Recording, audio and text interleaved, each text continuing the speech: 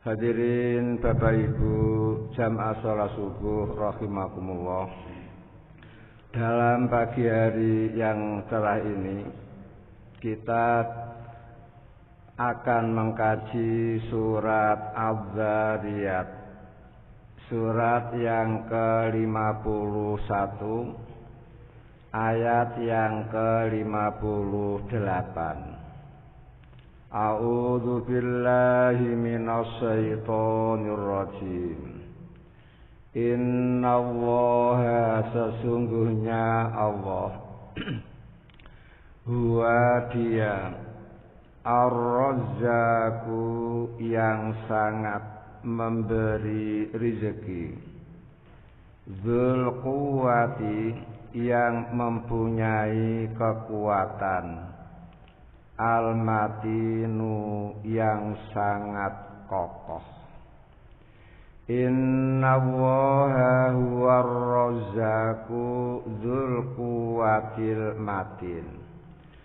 Sesungguhnya Allah zat yang maha memberi rezeki, yang mempunyai kekuatan yang sangat kokoh.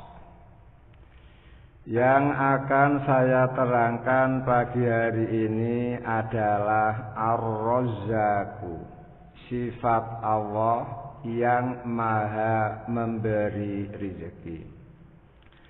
Kata-kata Ar-Razzaq di dalam Al-Quran hanya disebut satu kali.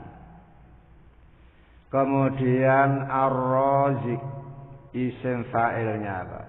Kalau Razzaq itu sigat mubalaghah, kalau Razziq isim fa'il.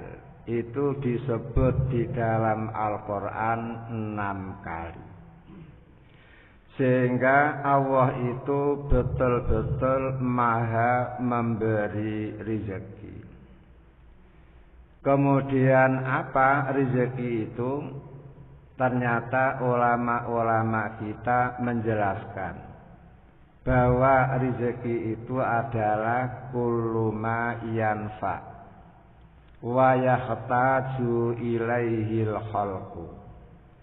Rezeki adalah segala sesuatu yang bermanfaat dan dibutuhkan oleh semua makhluk. Semua makhluk butuh, mulai dari malaikat, jin, manusia, hewan-hewan, semuanya memperoleh bagian-bagian rezeki dari Allah Ta'ala. Dan ternyata Allah sendiri itu khairur razikin, sebaik-baik pemberi rezeki. Hal ini tercantum dalam surat Al-Jum'ah, surat yang ke-62 ayat 11. Allah Ta'ala mengatakan wallahu dan Allah khairur raziqina, sebaik-baik pemberi rezeki. Lah karena Allah itu sebaik-baik pemberi rezeki, maka terbukti dalam surat Hud, surat yang ke-11 ayat yang ke-6. Wa ma min dabbatin, dan tidaklah makhluk yang berjalan, yang bergerak fil ardi di muka bumi, illa 'ala Allah, kecuali atas Allah rizquha, rezekinya. Ini bukti kalau Allah itu khairur razikin, pemberi rezeki yang paling bagus, sehingga semua makhluk yang ada di jagat raya ini rezekinya sudah dijamin oleh Allah, sudah ditanggung oleh Allah. Sebagai kenyataan, Pak, kebutuhan primer manusia yang paling primer itu kan 3. Pertama, oksigen. Tanpa oksigen manusia akan meninggal dunia. Lah karena Allah tahu bahwa kebutuhan primer manusia yang paling primer adalah oksigen, maka Allah menyediakan oksigen itu tidak pernah habis, tidak pernah telat, tidak pernah datang terlambat, sehingga stoknya itu menumpuk. Siang bisa memperoleh oksigen, malam juga bisa memperoleh oksigen. Walaupun Allah menggunakan teori oksigen timbul dari matahari, ketika siang hari matahari memancarkan oksigen sehingga kita bisa langsung menghirupnya. Di malam hari matahari tidak ada, ternyata Allah Ar-Razzaq tetap memberi rezeki. Dengan cara apa? Oksigen yang dipancarkan oleh matahari di siang hari itu disimpan oleh Allah di pepohonan. Lah di malam hari pepohonan itu mengeluarkan oksigen. Ternyata kita yang menikmati. Itulah bukti bahwa Allah itu Ar-Razzaq, betul-betul Maha Pemberi rezeki. Kemudian kebutuhan primer manusia yang paling primer kedua adalah air. Ternyata Allah pun menyediakan air. Dan stoknya tidak pernah habis. Karena 60% manusia itu terdiri dari air. Kalau tidak ada air, tanpa air hanya beberapa hari manusia bisa meninggal. Makanya Allah menyediakan air itu stoknya tidak pernah habis. Kemudian kebutuhan primer manusia yang paling primer nomor 3 adalah makanan. Dan ternyata Allah menyediakan makanan itu pun stoknya tidak pernah habis. Coba orang Surabaya, penduduknya berapa juta itu. Tiap hari menyembelih ayam, tiap hari menyembelih ayam. Taruhlah tiap hari ayam yang disembelih 2 juta. Namun mengapa ayam kok tidak habis-habis? Sementara harimau, kita tidak pernah nyate harimau, kita pun tidak pernah golek harimau. Ternyata harimau mengalami kepunahan, sehingga menjadi hewan yang dilindungi oleh negara. Kemudian burung cendrawasih, kita tidak pernah menyembelih dia, tidak pernah memakan dia, namun mengapa kok akan mengalami kepunahan? Sehingga dilindungi oleh negara agar tidak hilang begitu saja. Sementara ayam yang tiap hari kita sembelih, kambing tiap hari kita sembelih, kemudian lembu tiap hari kita sembelih, lah kok selalu ada. Inilah bukti kalau Allah itu betul-betul Ar-Razzaq, Maha Pemberi rezeki. Dan di dalam memberi rezeki Allah itu tidak pandang bulu. Jin yang kafir dikasih, jin yang mukmin dikasih. Manusia kafir dikasih, manusia mukmin dikasih.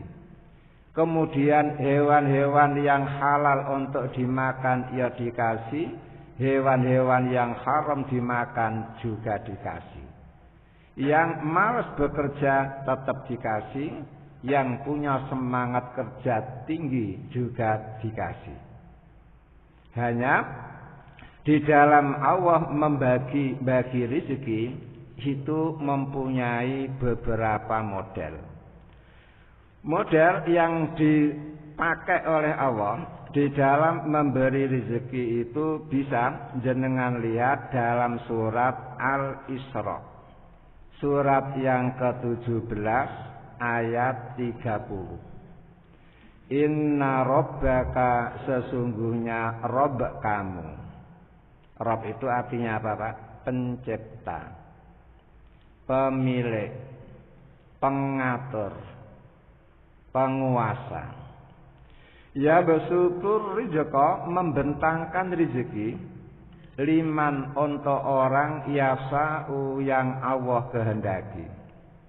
Wa yaqdiru, dan Allah menyempitkan rezeki.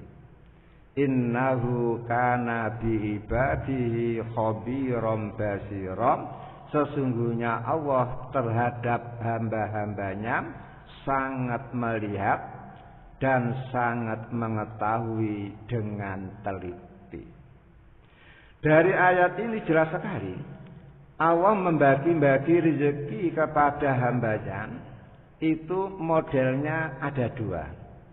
Ia besutu, membentangkan, berarti brol,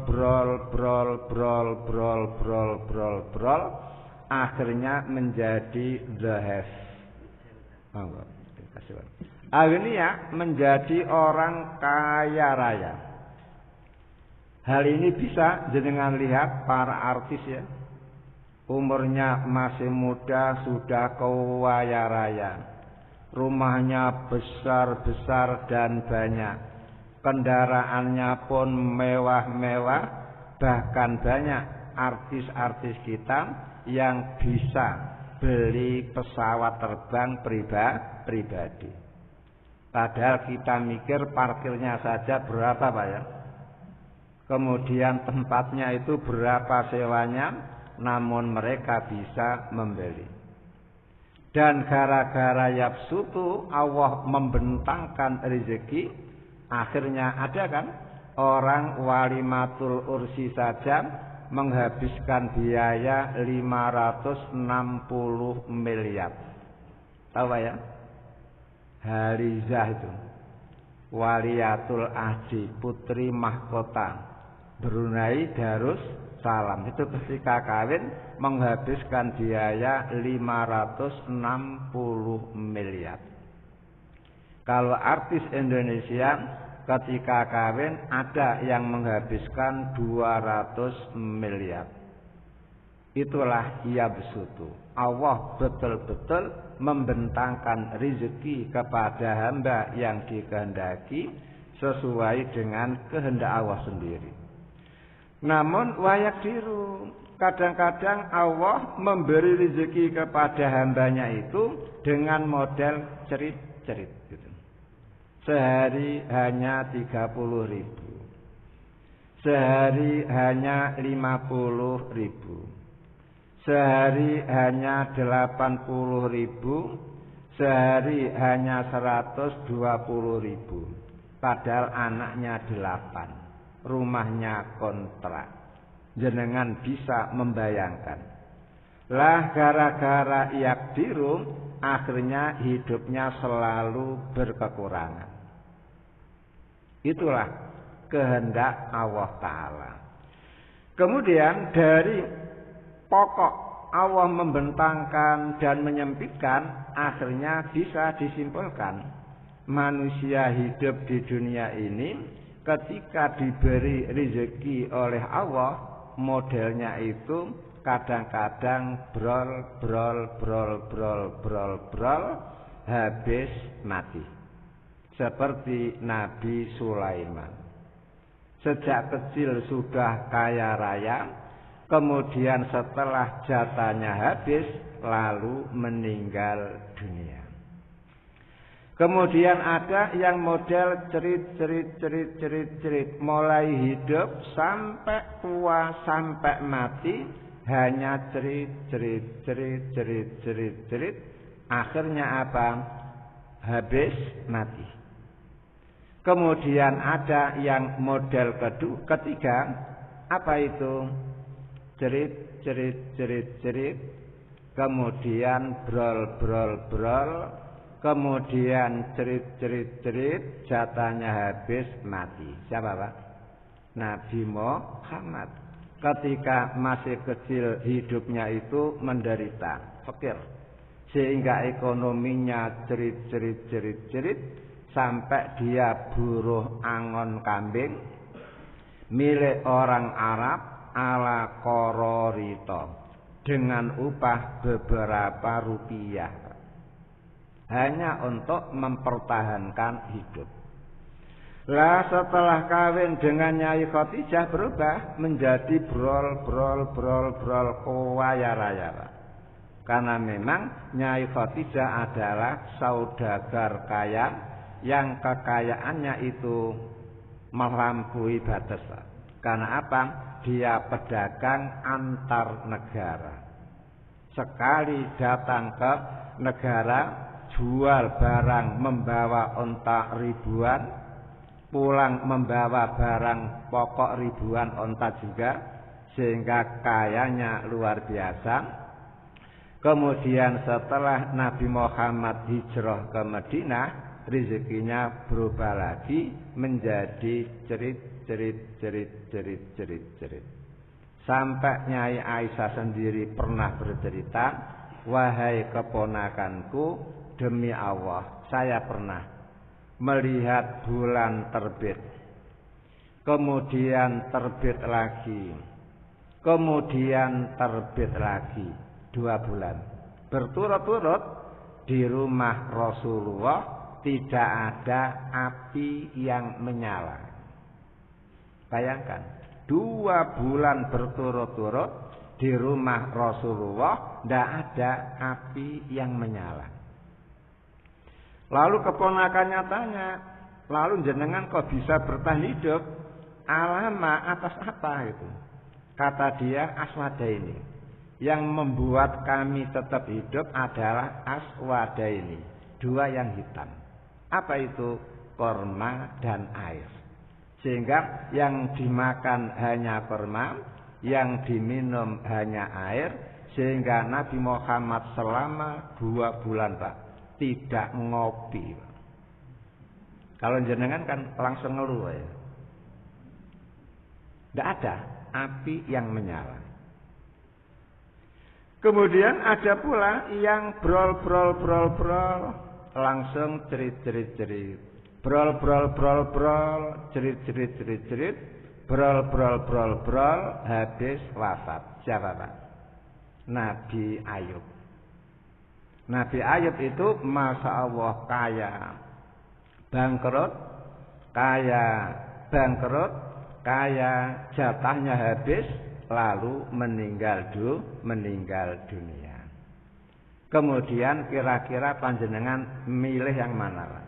Yang cerit apa yang brol? Tidak takut itu Pak. Saya punya teman itu, dia ngomong sama saya, Pak Ali, saya ini sedih. Kenapa? Dalam minggu ini rezeki saya masya Allah melimpah. Karena dia maklar tanah Pak.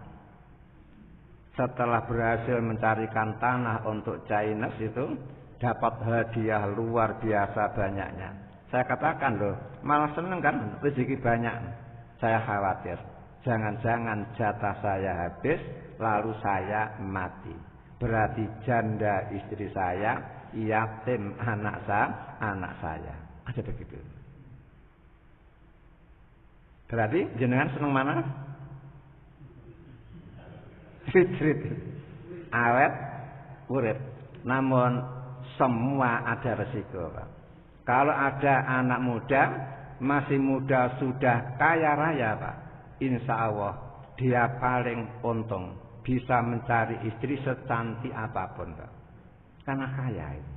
Namun begitu kawin, lah kok rezekinya kembali cerit, apa Pak yang terjadi? Istrinya kabur Pak. Kan resiko. Namun resiko pula kalau ketika masih muda, rezekinya cerit. Ini paling repot, cari jodoh. Siapa perempuan cantik yang mau dikawin oleh pemuda yang miskin? Kendaraannya saja sepeda onto yang ada musiknya, Pak. Keratak. Kan tidak ada. Sementara syahwat menggelora. Akhirnya dia kawin seadanya. Setelah dapat bojo seadanya, lah kok rezekinya brol karena dia diangkat menjadi DPR atau diangkat menjadi menteri atau diangkat menjadi pegawai KPK yang gajinya sekian itu. Berubah menjadi kaya. Ternyata istri sudah terlanjur jelek, rezeki mulai brol. Bagaimana, Pak? Menderita tidak itu? Mau kawin lagi, tidak sampai hati. Melaratnya orang tua, enaknya wong, kan begitu. Lah makanya ala kulli hal, atas segala ketentuan kita cukup nu'minu biqadarillah. Kita perlu beriman dengan takdir Allah. Karena apa? Semua yang terjadi pada diri kita adalah atas ketentuan Allah. Hadirin jamaah salat subuh rahimakumullah. Walaupun Allah itu Ar-Razzaq, Maha pemberi rezeki, namun ar-rizqu yutlabu wala yuhabu majanan. Rezeki harus dicari. Rezeki tidak akan diberikan cuma-cuma, Pak.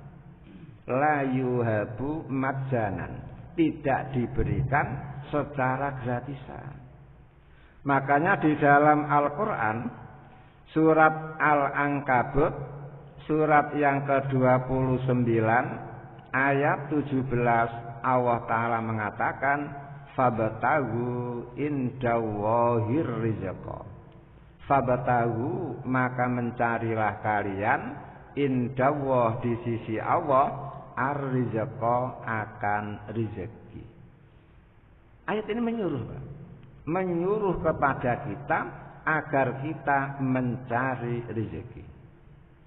Di mana rezeki itu dicari? Indallah, di sisi Allah. Sehingga jangan sampai ada orang mukmin mencari rezeki di Gunung Kawi. Jangan sampai ada orang mukmin mencari rezeki di gerumbul-gerumbul, berhala-berhala, lalu minta kaya kepada mereka. Jangan. Allah mengatakan fabtagu indallahi rizqa, carilah rezeki di sisi Allah. Karena memang Allah itu Ar-Razzaq, zat yang maha memberi rezeki. Hanya orang di dalam mencari rezeki itu garis besarnya ada dua, Pak. Ada mencari rezeki dengan menggunakan okol, ya dapat. Ada pula yang menggunakan otak, ya dapat, dikasih.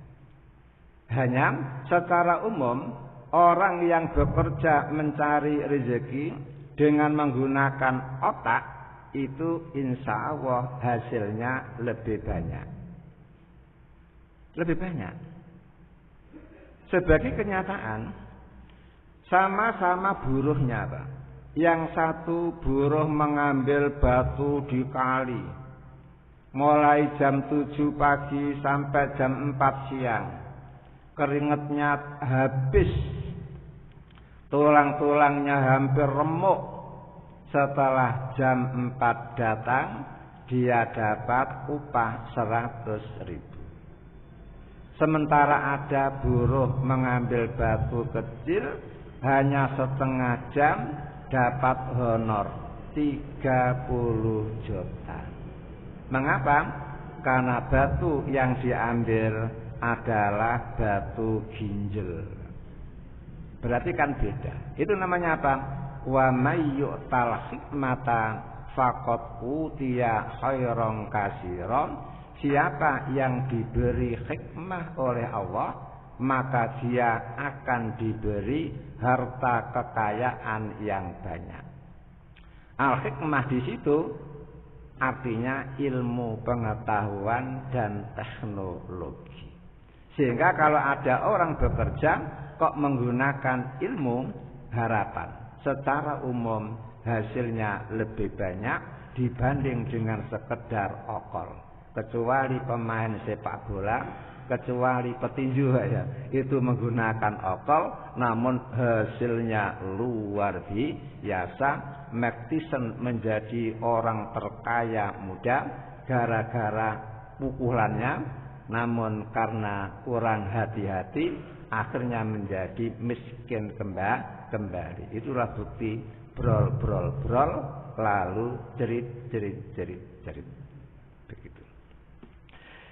Kemudian orang kalau mencari rezeki, Pak, kalau hanya mengandalkan usaha, ini bahaya, Pak. Bahaya. Mengapa bahaya? Kalau ada hasilnya, Pak, menjadi orang berhasil, dia akan punya rasa sombong. Rasa sombong. Seperti siapa? Korun yang disebut oleh Al-Quran berkali-kali, Pak.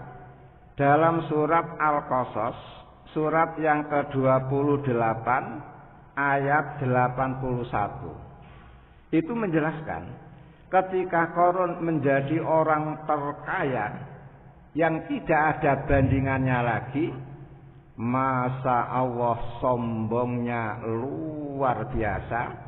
Kemudian diingatkan oleh temannya, la tafrah, wahai Korun, Anda jangan sombong. Anda menjadi orang kaya raya itu karena pemberian dari Allah. Apa kata dia? Wahai teman-temanku, saya kaya raya ini tidak ada kaitannya dengan Allah. Innama utituhu ala ilmin indi. Saya diberi kekayaan yang melimpah ruah ini karena saya itu SE, sarjana ekonom. Karena saya ini MBA, magister ya, ekonomi. Akhirnya menjadi kaya raya. Lah gara-gara Korun tidak mengakui bahwa semua nikmat itu adalah pemberian dari Allah, padahal Al-Quran mengatakan ma bikum min nikmatin faminallah. Semua nikmat yang ada pada diri kalian adalah pemberian dari Allah. Akhirnya apa? Fa khasafna bihi wa bidarihil ardh. Lalu Allah menenggelamkan bumi. Al-ardh, maf'ul bih. Bumi ditenggelamkan. Karena bumi tempat berpijaknya Korun ditenggelamkan oleh Allah, akhirnya Korun pun ikut tenggelam. Wa bidarihi, dan rumahnya ikut tenggelam, berikut semua kekayaannya pun ikut tenggelam. Berarti yang ditenggelamkan oleh Allah adalah buminya. Tempat dia berpijak, tempat rumah dia dibangun, tempat gudang-gudang kekayaannya dibangun. Akhirnya menjadi longsor. Sehingga sekarang disebut Buhairatu Korun, Danau Korun. Buhairah itu isim tasghir. Bahrun, lautan luas, lautan gede. Kalau Buhairun itu lautan kecil. Hiratun, kucing gede. Hurairatun, kucing cilik. Kalbun, anjing besar. Kulaibun, anjing kecil. Abdullah, hamba Allah yang besar. Ubaidullah, hamba Allah yang kecil. Itu namanya apa? Isim tasghir. Lah, tempat tenggelamnya Korun ini, Pak, sekarang ramai, Pak, sebagai tempat wisata. Maka silakan panjenengan kalau umroh itu umroh plus, habis umroh jalan-jalan ke Mesir.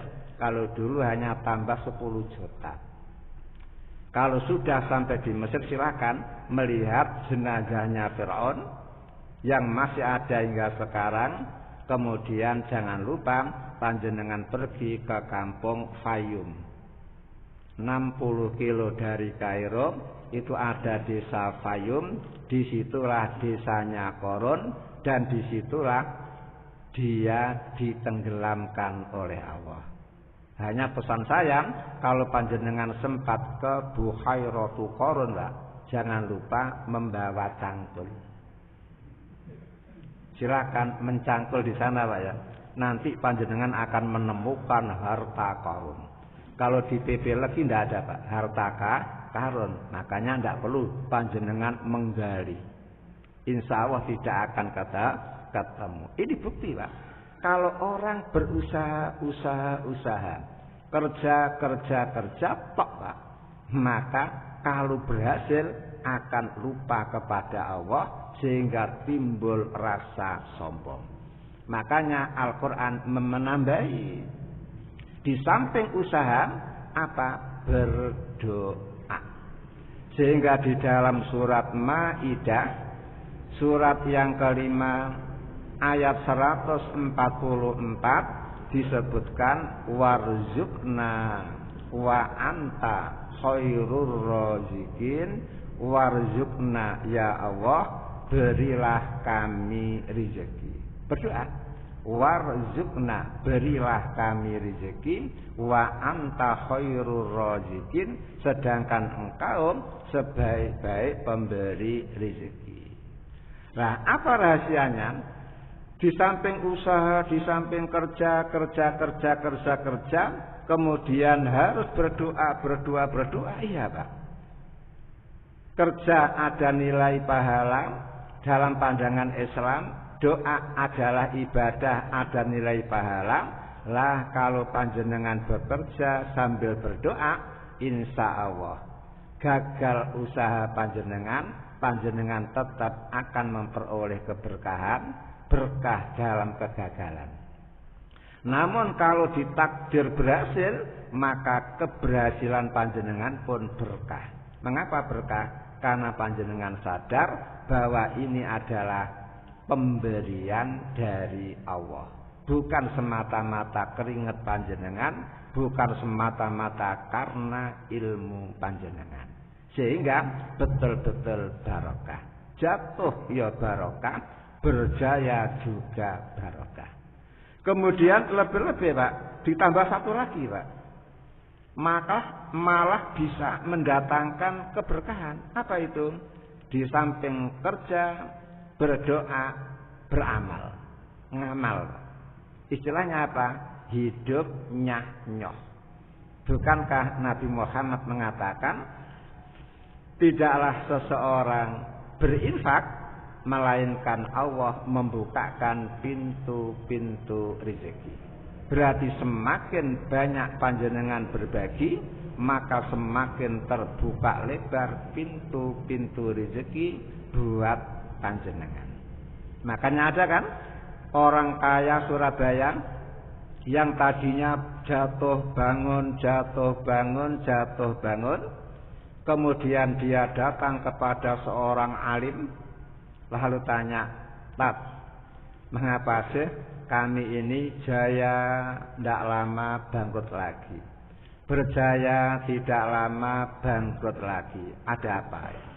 Lah kok ustadznya ngomong, dah supaya tidak bangkrut panjenengan harus taat membayar zakat. Kata dia, "Loh biasa, Pak, saya zakat, Pak, tiap Ramadan mesti zakat." Gitu. Kata ustadznya, "Bagaimana cara kamu zakat?" Ini, setiap menjelang Ramadan saya beli sarung, saya beli pakaian, semua karyawan saya kasih bagian. Kata ustadznya, itu bukan zakat, tapi itu apa, Pak? Parsel, Pak ya. Hadiah apa? Hadiah lebaran. Loh, apa bedanya? Beda. Kalau zakat itu total semua kekayaan kamu di bank, yang ada di saham, kemudian yang ada di lemari besi, kemudian barang-barang yang disiapkan untuk dijual, total semuanya ternyata terkumpul Berapa Pak? 1 M umpama. Berarti ambil rubu'ul usri. 1/4 dari 1/10 bahasa Nabi Pak. Rubu'ul usri. Sama ya? Rubu'ul usri artinya apa? 1 M dibagi 10 dulu. Berarti 100 juta. Kan Pak ya? Kemudian 100 juta dibagi 4. Berarti 20 juta. Itu namanya apa? Rubu'ul usri. Bahasa Nabi. Kalau bahasa panjenengan 2,5%. Itu kemudian berikan, jangan kepada karyawan. Karena karyawan ada 2, ada karyawan yang mampu, ada karyawan yang fakir miskin. Ya, yang fakir miskin boleh dikasih, yang mampu tidak boleh. Oh gitu. Akhirnya dipraktekkan Pak. Ternyata betul. Tahun berikutnya, Masya Allah, dia mengeluarkan zakat 20 juta. Tahun berikutnya 75 juta sampai 600 Pak. Tiap tahun zakat yang dikeluarkan. Setelah 600 saya tidak mengikuti Pak. Karena apa? Membaca Quran tidak ketemu itu. Ya orang Surabaya itu. Berarti apa? Infak itu ternyata begitu. Berarti semakin banyak berbagi, rezeki semakin terbuka. Samalah dengan Abdurrahman bin Auf. Makanya orang kalau bekerja, berdoa, kemudian kok berhasil, yakin dia pandai bersyukur seperti yang dilakukan oleh Nabi Sulaiman. Coba lihat Nabi Sulaiman di dalam surat An-Naml Pak ya. Surat yang ke-27 ayat yang ke-40. Setelah Nabi Sulaiman matur, wahai para menteriku, siapa di antara kalian yang bisa mengangkat istana Bilqis ke sini? Padahal Bilqis itu hidup di negara Yaman Pak. Son'a, ibu kotanya namanya Son'a. Sementara Nabi Sulaiman hidup di Palestina. Nabi Sulaiman mengharap supaya istana Ratu Bilqis diangkat ke Palestina. Pada waktu itu menterinya Nabi Sulaiman dari golongan jin yang bernama Ifrit, dia mengatakan, wahai Nabi Sulaiman, saya sanggup mendatangkan istana Ratu Bilqis ke sini, namun dalam waktu setengah jam. Setengah hari. Kata Nabi Sulaiman, oh kalau setengah hari terlalu lama. Saya khawatir, jangan-jangan nanti Ratu Bilqis sudah datang ke sini, istana belum datang. Akhirnya ada menteri yang bernama Asif, dia ngomong, Nabi, saya siap mendatangkan istana Ratu Bilqis sekejap mata. Nah, betul Pak. Begitu dia hanya membaca 2 kalimat, dan seandainya saya tunjukkan kepada panjenengan, insya Allah jenengan tidak akan dikabulkan Pak ya. Karena makom panjenengan belum seperti dia begitu. Hanya mengucapkan 2 kalimat saja, lah kok istana Ratu Bilqis sudah ada di hadapan Nabi Sulaiman. Lah setelah istana Ratu Bilqis ada di hadapan Nabi Sulaiman, apa yang diucapkan Nabi Sulaiman? Hadza min fadli Rabbi. Ini adalah salah satu dari karunia Rabbku, Allah. Liyabluwani, sebagai ujian loh Pak. Nabi Sulaiman punya anggapan Pak, keberhasilan dia memimpin, keberhasilan dia usaha itu adalah ujian. Diuji oleh Allah, a'askuru, apakah aku bisa bersyukur, am akfur, atau justru malah mengingkari. Inilah hebatnya Nabi Sulaiman. Sehingga semakin banyak keberhasilan yang diraih oleh Nabi Sulaiman malah khawatir. Jangan-jangan tidak bisa mensyukuri. Padahal ada kaidah Pak.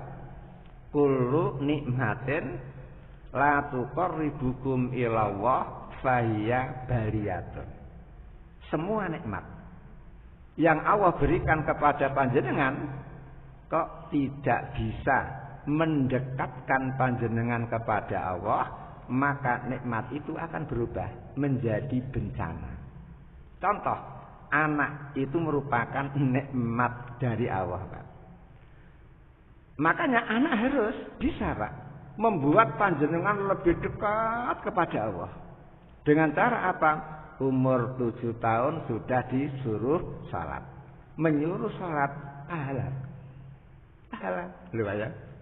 Baru menyuruh pahala. Mengajari Fatihah pahala. Mengajari asal pahala. Kemudian umur 10 tahun kok masih meninggalkan, boleh dipukul. Namun dorban tarbawiyan, pukulan untuk mendidik, bukan dorba iqab, pukulan untuk menghukum, bukan dorba azan, bukan pukulan untuk menyakiti. Begitu, Pak. Itu pahala. Berarti apa? Dengan kedatangan anak, panjenengan malah banyak memperoleh pahala-pahala karena panjenengan bisa mendidik anak dengan baik. Maka nikmat yang semacam itu, Pak, akan tetap menjadi nikmat, tidak akan berubah menjadi malapetaka. Namun kalau anak dibiarkan, dimanjakan, tidak pernah dididik agama, Pak, akan menjadi baliyah, malapetaka, Pak. Akan membuat orang tua bangkrut, akan membuat orang tua sedih, umat paru-parunya watuk-watuk gara-gara anak yang tidak disyukuri. Makanya Nabi Sulaiman terkenal, Pak, dengan sakirun, pahlawan syukur. Itu adalah Nabi Sulaiman. Setelah panjenengan tahu bahwa Allah ketika membagi-bagi rezeki itu, Pak, kadang-kadang brol-brol, kadang-kadang cerit-cerit, sehingga ada yang kaya raya, ada yang fakir miskin. Kadang-kadang di benak panjenengan timbul pertanyaan, limadza yahtaris. Kenapa sih kok beda? Kok tidak sama rata, sama rasa? Sehingga semua orang kaya begitu. Limadza, Pak? Kenapa itu?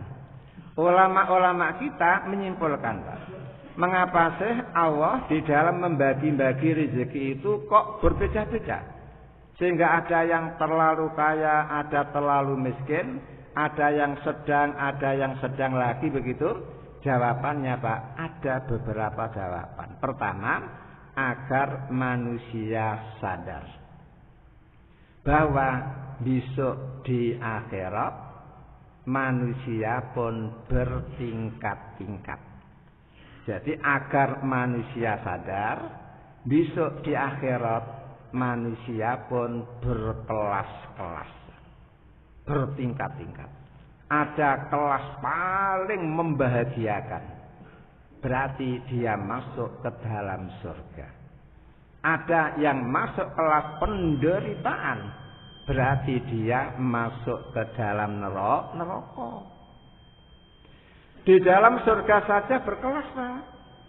Karena surga itu kan 100 derajat, 100 tingkatan. Ada yang paling tinggi, siapa itu? Kelasnya para nabi, kelasnya para rasul, kelasnya husnul khuluq, orang yang bagus akhlaknya. Kemudian ada yang berada di kelas tengah, ada yang berada di kelas bawah. Jenengan pilih yang mana itu? Apa yang penting masuk surga begitu, Pak ya? Jangan, Pak. Bagaimana kalau di lantai paling bawah itu, Pak, snacknya apa? Bote, tiwul. Sementara yang bagian atas Kentucky, capjai, kan menderita panjenengan. Makanya di dalam urusan akhirat, Pak, urusan surga, fabidzalika falyatanafasil mutanafisun. Harus berlomba, Pak. Coba lihat panjenengan ayat-ayat Al-Quran yang berkaitan dengan akhirat Pak, mesti Pak, wasari'u, bercepat-cepatlah, ila magfiratin mir rabbikum wa jannah. Kemudian sabiqu, berlomba-lombalah, ila magfiratin mir rabbikum wa jannah. Kemudian idza nudiya lis-sholati mi yaumil jumu'ati apa Pak? Fas'au, berjalan cepatlah. Berarti untuk urusan akhirat panjenengan harus jalan cepat, tidak boleh santai. Namun untuk urusan dunia Pak, famsu fi manakibiha wa kulu mirizki, melaku biasa. Mengapa melaku biasa? Karena rezeki panjenengan sudah ditulis oleh Allah Pak. Ketika panjenengan ada di dalam rahim ibu panjenengan, sehingga tanpa lari pun tetap dikasih. Tanpa lari pun kalau tulisannya kaya raya, ya tetap kaya raya. Itulah rezeki dunia. Untuk urusan akhirat harus berlomba. Begitu pula Pak, yang ada di neraka ya berkelas. Karena neraka yang sedalam itu Pak, dibagi menjadi 3. Ada kelompok yang paling bawah, itulah namanya kelompok orang munafikin. Sehingga Allah mengatakan innal munafikin fid darkil asfali minan nar. Sesungguhnya orang-orang munafik besok pada hari kiamat akan dimasukkan Allah ke dalam neraka di tingkatan yang paling bawah, asfal Pak. Asfal itu apa? Tempat lewatnya tergandeng Pak. Berarti apa? Paling menderita, paling berat dan paling penyet. Kemudian kelas tengah itu kelasnya orang kafirin. Kemudian neraka yang paling atas adalah kelasnya orang mukmin mujrimin, mukmin yang banyak dosa dan dosanya belum diampuni oleh Allah. Makanya perlu dicuci dulu oleh Allah di neraka sampai dosanya hilang, bersih, tinggal imannya, barulah dikeluarkan dari neraka masuk ke dalam surga. Di surga dia digojlok teman-temannya, disebut jahanamiyin, mantan neraka jahanam itu. Mau gak begitu Pak? Mampir dulu ke neraka sebelum masuk ke dalam surga. Wal iyadzubillah, kita perlu berlindung diri kepada Allah agar kita langsung saja ke neraka, tidak perlu mampir ke dalam neraka. Ini itu Pak yang pertama. Makanya ada Pak, seorang tabi'in namanya Hasan Al-Bisri Pak. Dia berfatwa kepada santri-santrinya. Wahai santri-santriku, kalau kamu kalah dengan teman-temanmu di dalam urusan dunia, maka kalahkan mereka dengan urusan akhirat. Bayangkan Pak ya. Kalau panjenengan kok kalah dengan tonggo-tonggo panjenengan dalam urusan dunia, jangan tidak perlu kecil hati. Kalahkan mereka dengan urusan akhirat. Panjenengan qobliyah subuh saja berapa Pak hasilnya Pak? Dapat pahala yang nilainya lebih baik daripada dunia seisinya kan? Berarti panjenengan sudah lebih unggul dalam pandangan Allah dibanding dengan tetangga jenengan yang tidak qobliyah subuh. Panjenengan jamaah subuh saja seperti panjenengan sholat semalam penuh. Berarti lebih unggul jenengan bagi dengan tonggo yang tidak mengikuti sholat jamaah subuh, maka jangan kecil hati. Kemudian alasan yang kedua Pak, untuk melatih syukur dan sabar. Untuk melatih syukur dan sabar. Karena yang namanya orang hidup, ketika mencari rezeki, kadang-kadang berhasil, kadang-kadang tidak. Kadang-kadang tidak, kadang-kadang berhasil. Lah kalau sudah menyadari semacam itu, yakin dia akan menjadi orang yang bersyukur di saat memperoleh kesuksesan, akan menjadi orang sabar ketika menghadapi kegagalan. Padahal syukur mendulang pahala, sabar juga mendulang pahala. Makanya Nabi Muhammad di dalam hadis riwayat Imam Muslim mengatakan ajaban lil mukmin. Orang mukmin itu memang ajaib. Orang mukmin memang ajaib. Tidak ada orang seperti orang mukmin. Apa ajaibnya? Ketika sukses dia pandai bersyukur. Syukur mendulang pahala. Ketika dia gagal, dia pun sabar. Sabar juga mendulang pahala. Sabar itu amalan yang bagus. Syukur juga amalan yang bagus. Kemudian yang ketiga, Pak, mengapa beda antara satu orang dengan yang lain? Jawabannya agar manusia saling membutuhkan. Agar manusia saling membutuhkan. Sehingga hidup menjadi nyaman, hidup menjadi enak. Coba umpama semua manusia sugih, Pak. Kira-kira hidup panjenengan semakin enak apa semakin menderita, Pak? Menderita loh, Pak. Coba WC panjenengan penuh. Siapa? Tukang atau kuli yang mau membongkarkan, Pak. Toh mereka sudah kaya semuanya. Akhirnya panjenengan kaya harus bongkar sendiri, harus nguras sendiri. Lebih berat lagi apa? Genteng panjenengan melorot, Pak. Padahal musim hujan. Siapa yang mau jenengan suruh untuk naik? Sementara panjenengan sendiri bobotnya 1 kintal lebih, Pak. Mana mungkin akan memanjat genteng, gitu kan? Malah susah. Maka untuk menyempurnakan kenikmatan yang Allah berikan kepada kita, maka Allah bijaksana. Membuat manusia ada yang kaya, membuat manusia ada yang fakir, sehingga orang kaya butuh tenaga orang miskin butuh uangnya orang kaya.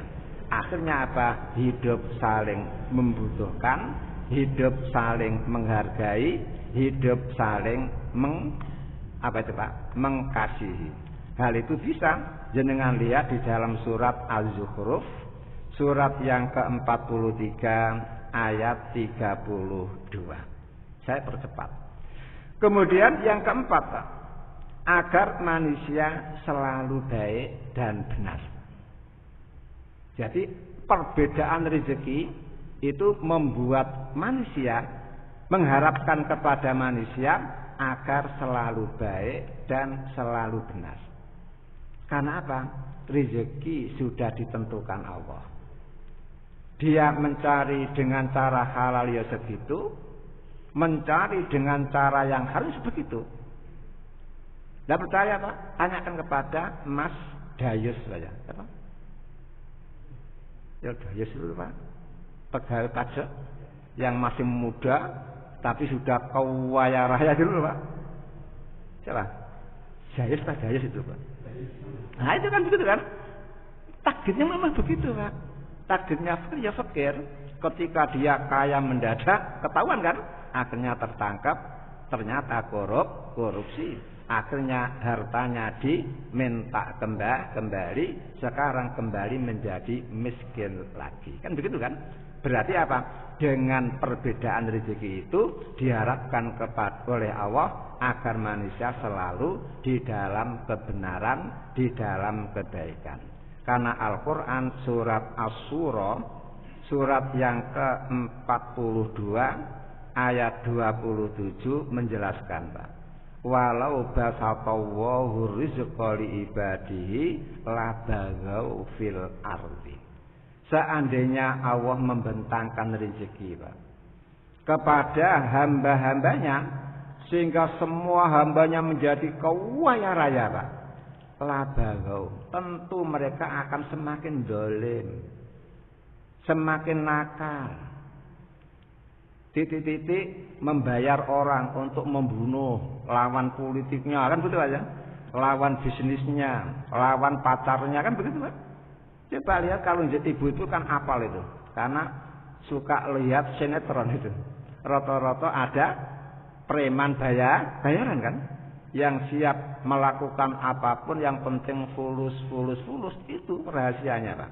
Makanya Allah mengatur dengan cara beda, walakin yunazzilu biqadarin ma yasa. Allah menurunkan rezeki dengan ukuran yang Allah kehendaki. Memang ada orang yang pantas dikasih rezeki banyak oleh Allah, kemudian ada yang pantas diberi rezeki sedikit oleh Allah.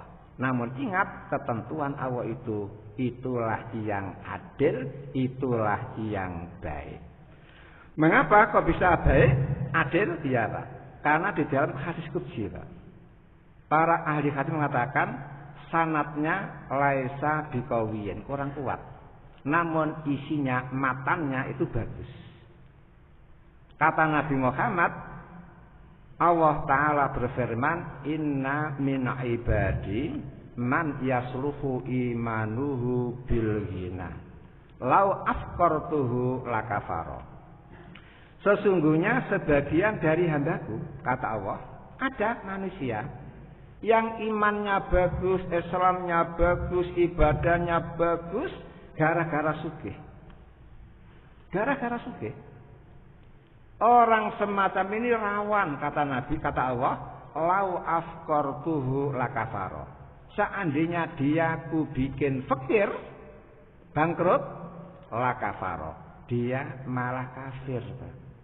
Bayangkan, ketika sugih taatnya beribadah luar biasa, iman Islamnya bagusnya luar biasa, ketika bangkrut lah kok malah kafir.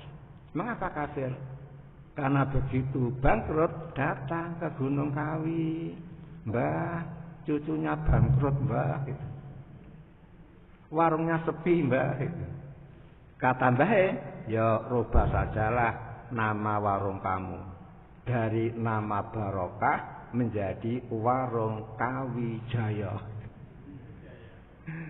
Kawi karena datang di Gunung Kawi. Jaya menjadi Jaya. Berarti apa? Kafar kan? Dia melakukan tindak kekafiran. Wong Allah Ar-Razzaq tidak dimintai, justru malah minta kepada Gunung Kawi. Apalagi kafar, Pak? Gara-gara bangkrut akhirnya apa? Dia malah Dia malah apa? Malah menjual diri, Pak. Ada kan itu? Menjual diri. Ada lagi gara-gara bangkrut dia menjadi bandar sabu-sabu. Gara-gara bangkrut dia menjadi perampok. Itu kan perbuatan kafir. Ada yang seperti itu. Kemudian yang kedua kata Allah, wa inna min ibadi man yasluhu imanuhu bil fakri lau agnaituhu lakafar. Sesungguhnya sebagian dari hambaku ada manusia yang imannya bagus, Islamnya bagus, ibadahnya bagus, gara-gara fakir, Pak. Sehingga sebuah masjid saja waktu sholat tiba dia yang azan, dia yang qomat, dia yang jadi imam, Pak. Wis diborong semuanya loh, Pak. Lau agnaituhu lakafaro, orang semacam itu pun gawat. Apa gawatnya? Seandainya dia ku bikin sugih, malah berubah menjadi kafir. Mengapa kafir, Pak? Nah iya, dulu ketika fakir, Pak, dengan bojo itu masya Allah runtang-runtung. Istri pergi ke dapur diikuti, pergi ke jeding diikuti, pergi ke kamar diikuti, Pak. Pokoknya runtung. Begitu kaya, mobil punya duit lebih-lebih, Pak. Istri hamil tua, dia langsung jalan-jalan, mampir ke Doli, Pak. Lupa, Pak, ya. Kalau sudah ditutup oleh Bu Risma, datang ke tempat pelacuran, Pak. Bayangkan, Pak. Berubah kan itu? Ada orang yang model semacam itu. Kemudian ada pula kata Allah wa inna min ibadi man yasluhu imanuhu bisihah lau asqamtuhu lakafaro. Ada manusia imannya bagus, Islamnya bagus, ibadahnya bagus gara-gara sehat. Orang semacam ini pun rawan. Apa rawannya? Lau asqamtuhu lakafaro. Seandainya dia ku bikin sakit malah kafir. Buktinya apa? Ketika sakit lah kok nyuruh istrinya, "Dek, datang ke wong pinter, Dek. Kira-kira sopo sing gawe aku loro." Jelas ginjalnya yang kena, Pak. Lah kok datang ke Mbak pinter. Wong pinter, Pak ya. Akhirnya orang pinter datang, Pak. Begitu bawa. Oh iya, ada. Di kasur jenengan dibuka ada bendanya.